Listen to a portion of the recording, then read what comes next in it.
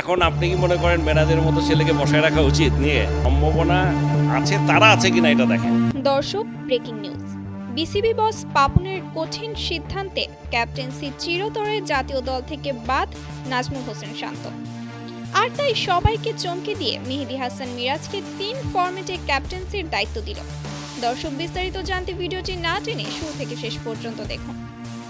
গত একটি বছর ধরেই বাজে পারফর্ম করে আসছে শান্ত। এছাড়াও ক্যাপ্টেন্সিতে ব্যর্থ হয়েছেন। আর তাই এখন শান্তকে জাতীয় দল থেকে বাতিল ঘোষণা করা হলো। কারণ এই শান্তর অযোগ্যতার কারণে বাংলাদেশের দল ধ্বংসের পথে। যার যোগ্যতা নিয়ে প্রশ্ন উঠলে সবাই একই প্রশ্ন করবে, শান্ত কিভাবে এখন পর্যন্ত জাতীয় দলে টিকে আছে? যার কিনা জাতীয় দলের সুযোগ পাওয়ার কথা, সেই নাকি আবার দলে ক্যাপ্টেন হয়। আর তাই এবার নিজের ভুল বুঝতে পারল পাপন, আর সবাইকে চমকে দিয়ে মেহেদী হাসান মিরাজকে 3 ফরম্যাটে ক্যাপ্টেন্সির দায়িত্ব দিল।